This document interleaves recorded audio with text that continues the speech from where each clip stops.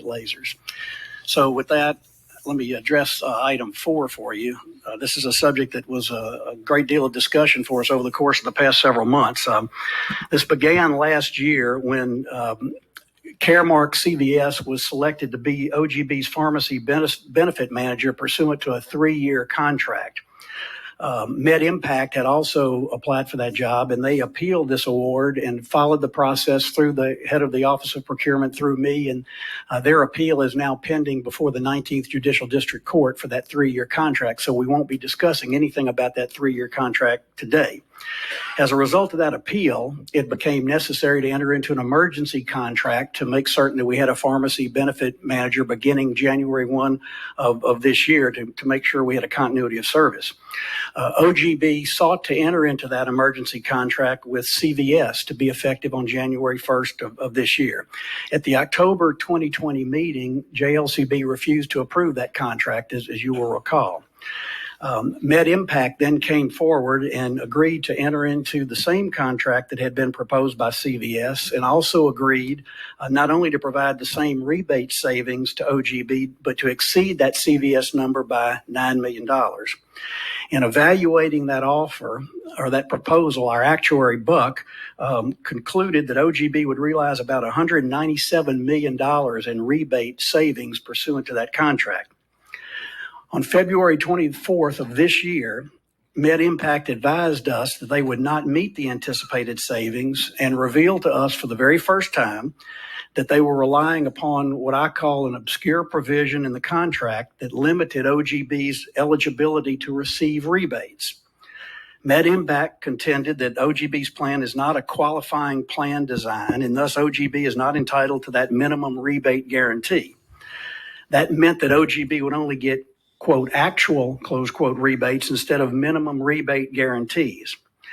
After our repeated request to get specific rebate projections, MedImpact informed us that the projected rebates for 2021 would total $108 million, which was about $90 million less than the amount that was anticipated.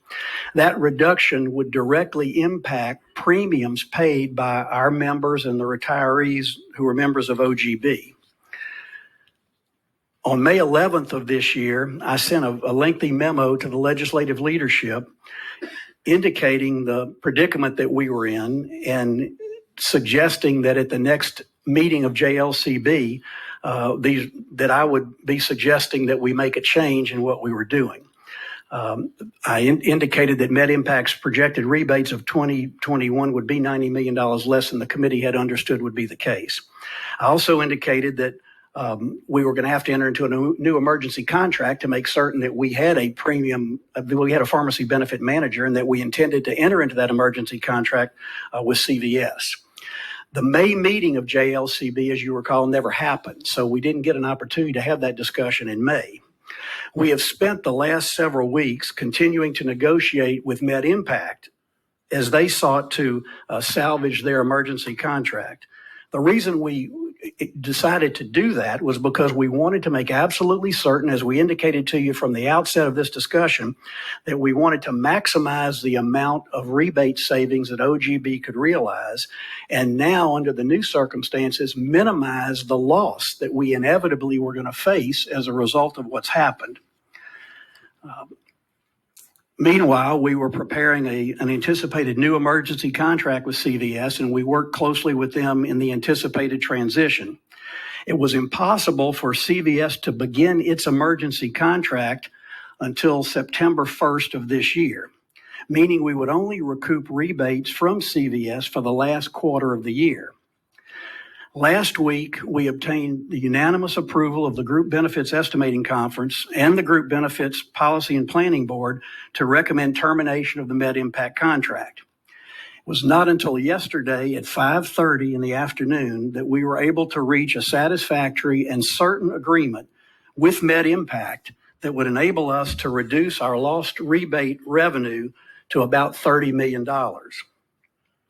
All of these numbers that I've been talking about are subject to utilization because it depends on how much utilization there is by members, and that would apply to no matter who the pharmacy benefit manager is. The loss of about $30 million in anticipated revenue is a more favorable scenario for us than entering into a new emergency contract with CVS.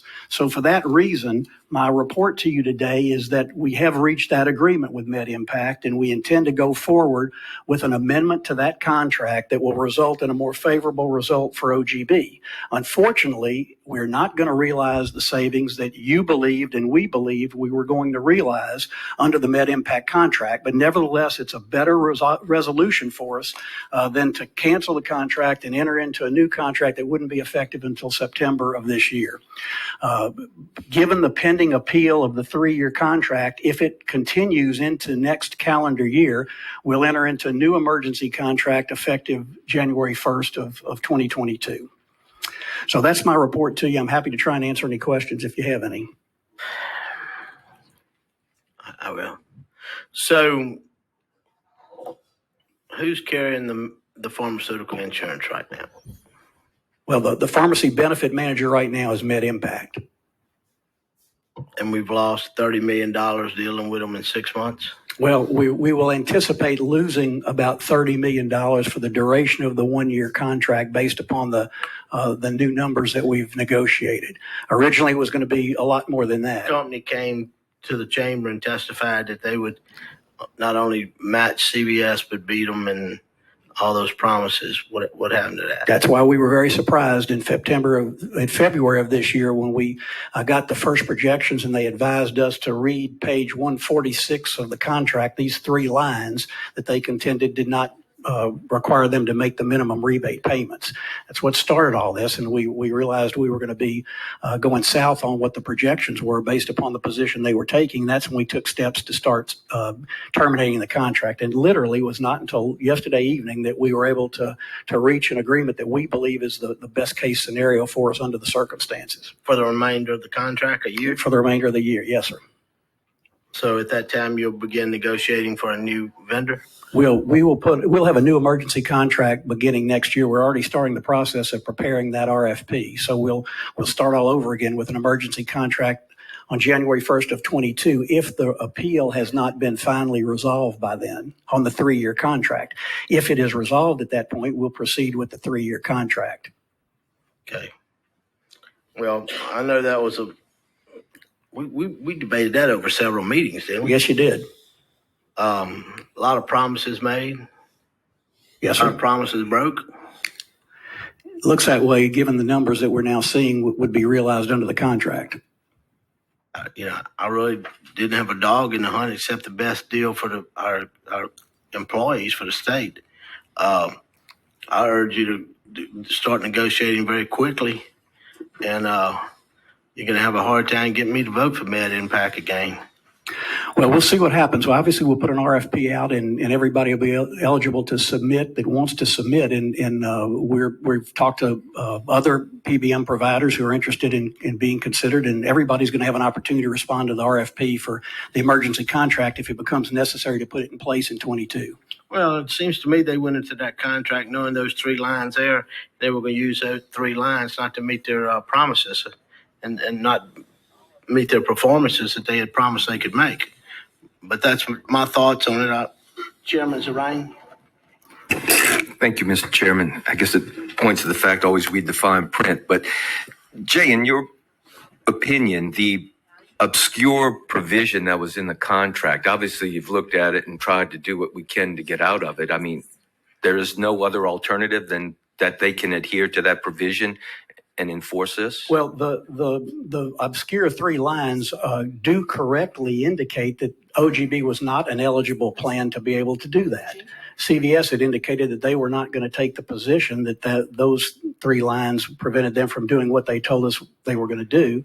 MedImpact didn't cite those lines to us until February of this year when we saw their first projection, or we were told that their projection numbers were going to be significantly less than had been represented. That's the first time we heard about it. Until they could use it to their advantage, I guess. But they did. Yes, unfortunately. So at this point, where are we now? You're saying that we have the appeal process, which has been going on for how long now? How long? Well, it began the middle part of last year after the Director of Procurement and I both rendered decisions that upheld the award of the 3-year contract to CVS. Med Impact has appealed that, as they have a right to do, and it's pending in the 19th JDC. There's a hearing coming up in June.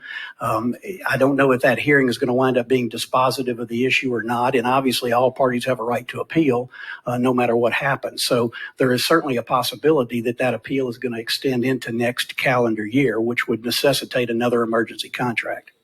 Does their position or how they responded to this current contract or proposal affect the potential outcome? I don't think it does. The issue before the court is the validity of the award to CVS pursuant to the RFP that had previously been issued. So this contract, this emergency contract in place right now, and the 3-year contract are two distinct contracts.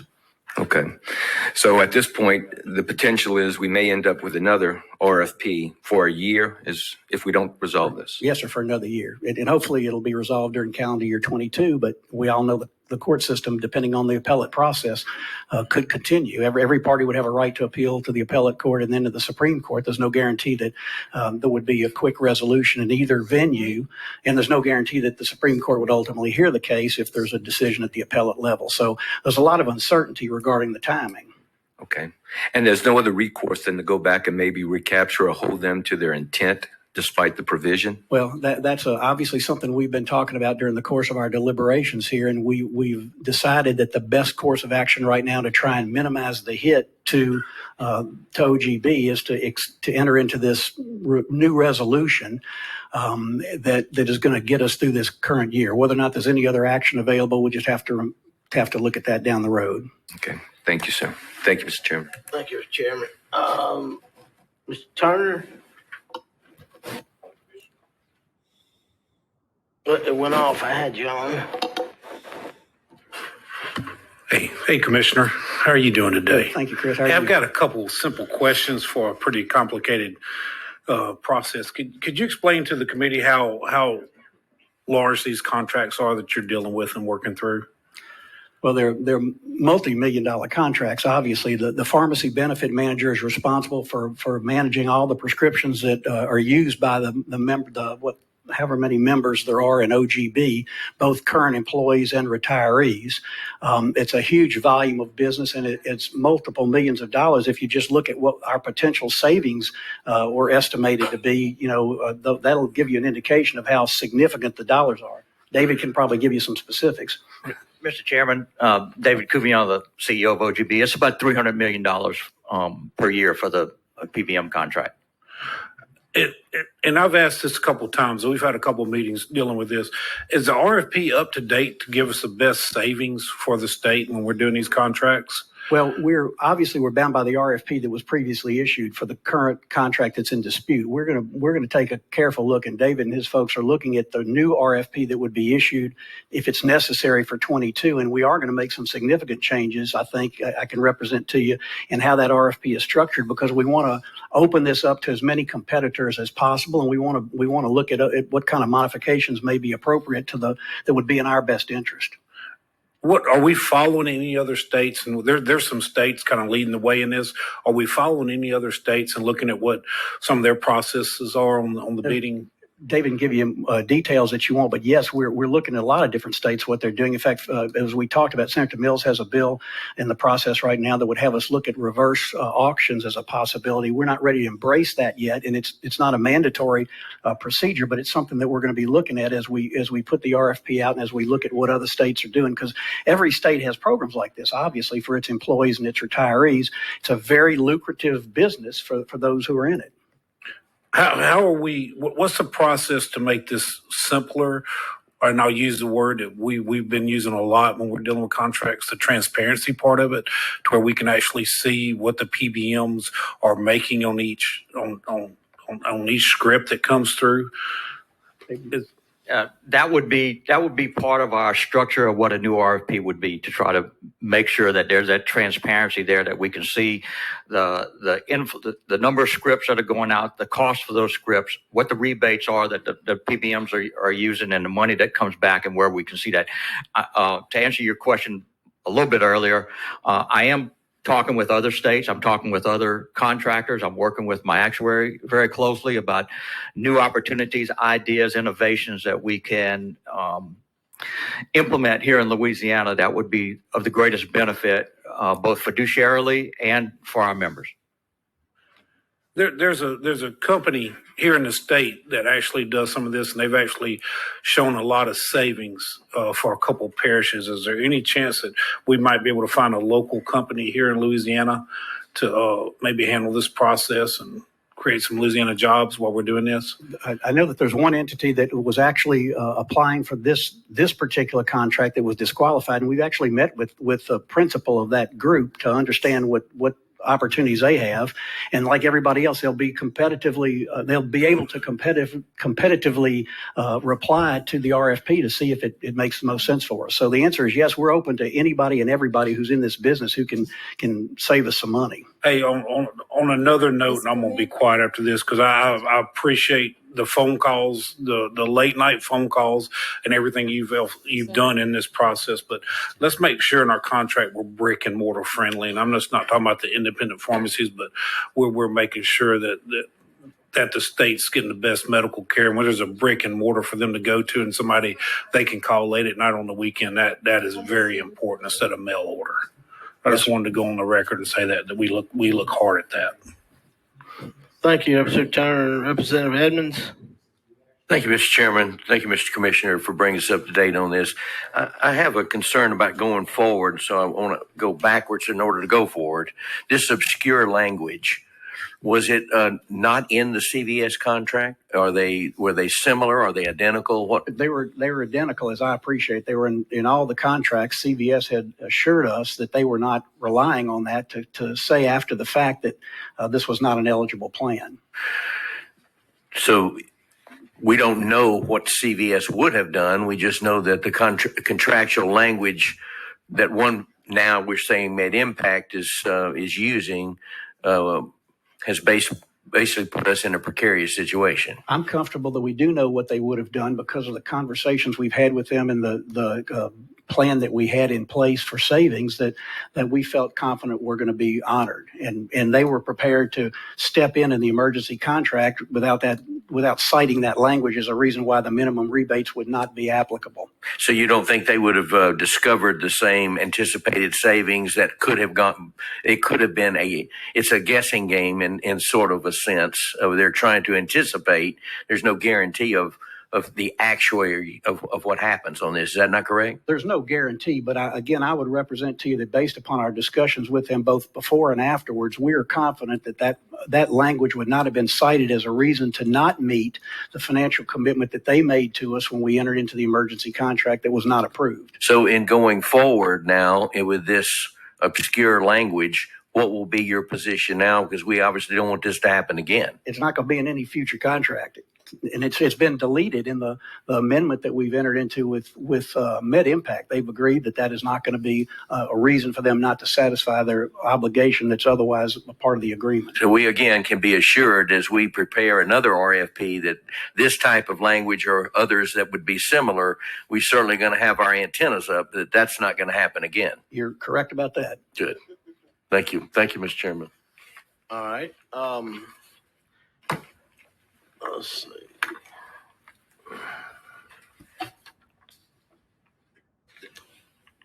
Representative Bacala. Thank you, Mr. Chair. Real quick, I know that the rebates are only one component of the cost of the program of the contract. You have, the other things that I don't know if y'all are doing per script pricing with them or what are the other components? I know we talked about it, but I don't remember. The rebates are the key provision to the savings that we realize, and they're available, as I understand it, on limited numbers of scripts, usually very expensive ones and specialty ones. But if David has any more information. Obviously, we pay the PBM a fee to process these scripts, and we get the rebates back to offset somewhat. Currently, we're using the wholesale price to figure out the rebates, and that's how MedImpact is doing that. And they will be now using what's called an aggregator, where they're coalescing a number of different averages from different companies to increase, and that's how we got them to increase the money that we're gonna get the rebates for them. I remember that there was some discussion about, that baseline, that average or whatever. There were different versions of that out there, and certainly I'm not that familiar with it. But as we go forward, I think we ought to make sure that we're not concentrating solely on the rebates, but looking at the total cost less the rebates, because you can manipulate this such that while we just look at rebates, we might end up in a worse situation if that's the only thing we're looking at.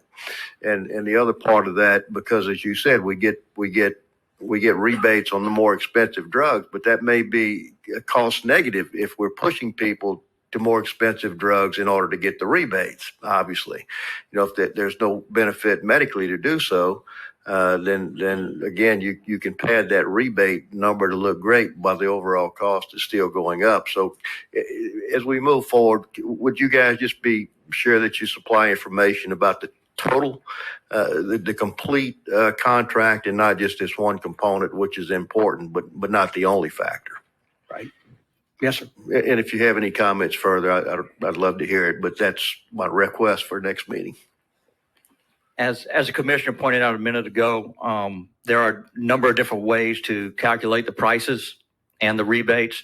And when we structure our new RFP, we're going to be looking at many of those different ways and what we can do to find the best possible method that we can go with. Okay, and I think the process, or some of these companies, or it looks like one of the places people are going are just pass through PBM, so that all they're getting is just the script cost, and the state gets everything else, a prescription with no spread, no manipulation of what they charge us as compared to what they pay. If they charge in the state $20 for a prescription, but only paying the pharmacist $18, and they're pocketing $2, and it's kind of off outside the books that we see, and that's that level of transparency that I think is troublesome for a lot of us. Yes, sir. All right. You through? Yes. Thank you, Mr. Chair. All right. Representative Cruz. Thank you, Mr. Chairman. There are a few things as confusing as medicine to me. So I just want to see, do any other states negotiate without rebates? And the example that comes to my head is airlines often rent hotel rooms, and they say, we'll do no points, no frequent flyer, nothing for these rooms to get the absolute lowest price. There's a way we can get around the whole rebate thing and say we want the absolute lowest price and will not pursue any rebates. Is that anything other states negotiate? I don't know the answer to that. Maybe because those rebate programs cost them money to administer, and same with the points for the travelers. If they don't have to do any of that, it costs them less to provide the product. And I'm wondering if we can negotiate in that way so there's no middle component there. I know this. That's part of what David mentioned in terms of what this next RFP looks like, to look at as many different options as we have. The average wholesale price, the AWP, is a big factor that I know is important in this contract, and that there's a way that you don't necessarily have to base things on that. I've given you basically the extent of my knowledge on the details of this, and I'm going to rely on the experts to give you a better answer. There are opportunities for a per member cost, per member per script cost, and capitated pharmacy benefits as well. Again, there's a lot of things that we're going to really look at and identify, and we want to structure any future RFPs to give other people opportunities to be innovative with us. Okay, appreciate it. Thank you, Mr. Chair. Okay, I see no more questions. Thank you, Mr. Chairman. Your Members. report, Commissioner. This thing to turn off. There you go. Agenda item number 5,